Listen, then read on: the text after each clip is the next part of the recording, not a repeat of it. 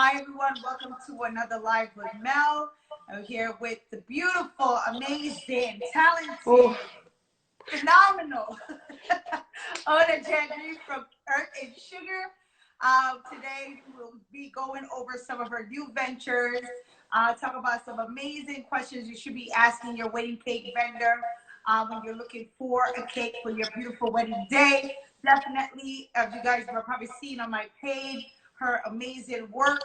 She is not only amazing, but a beautiful spirit, beautiful heart. thank you. Hands down, all the time.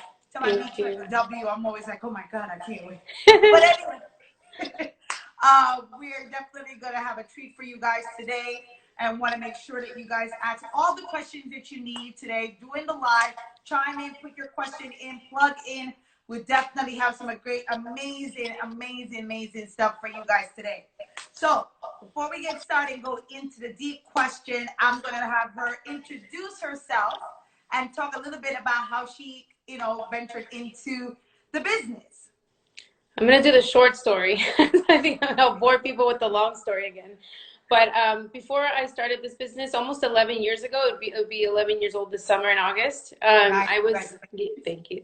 I was in political consulting, and I basically just did exactly what that means, which is just build candidates, build strategies, raise money, Yes. make speeches, do speeches, all kinds of stuff. So that's always in my wheelhouse of like talking and a product is the same thing as a politician.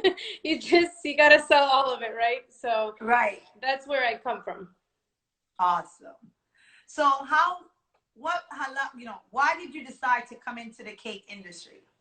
The short version is really when I was working in politics, our first daughter, which is now, she's 11, she was born as a preemie baby. She was born 3 months early.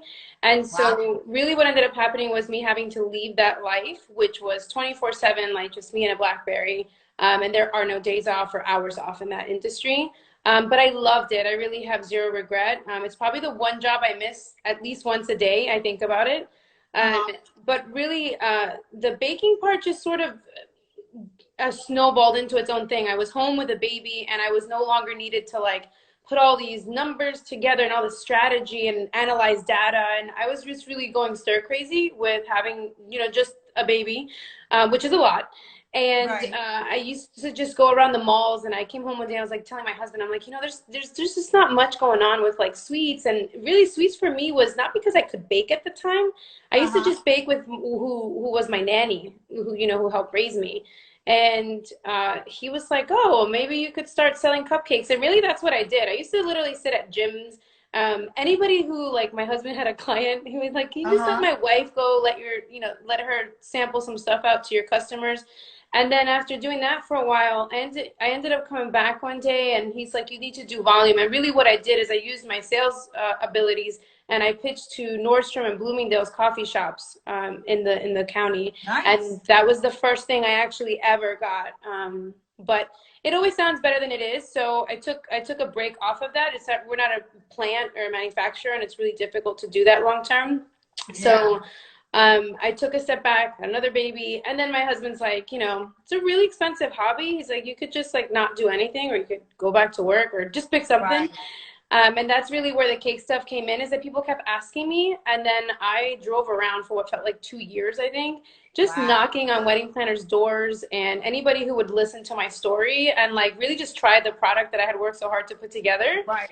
And that's where the wedding cakes came in, one feature after the other. I've never paid for advertising. I think we got like 42 magazine features in under 24 months. Yes.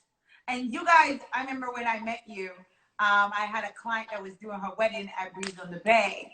And we came in and we did the tasting, and I fell in love with your caramel dulce. Oh, people.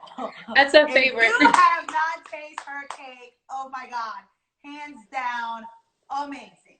So and good. I fell in love with you, but it wasn't even just about your cake, the quality of your cake and your filling. It was also about your design.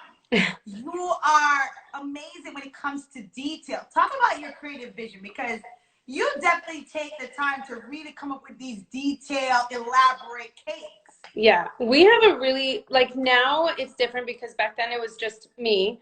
And then my best friend Desi, who at some point left teaching to come help me, and then she went back to teaching. But now we have this super awesome team that's very well developed, and it's very curated designs. You know, usually when we work our best, or when designs are created that are like the most amazing ones we post or we talk about, it's really the designs that people gave us free, like creative freedom, and not asking us to replicate a cake. To just sort of like send us like patterns, textiles, color boards, flowers, like just anything, even buildings.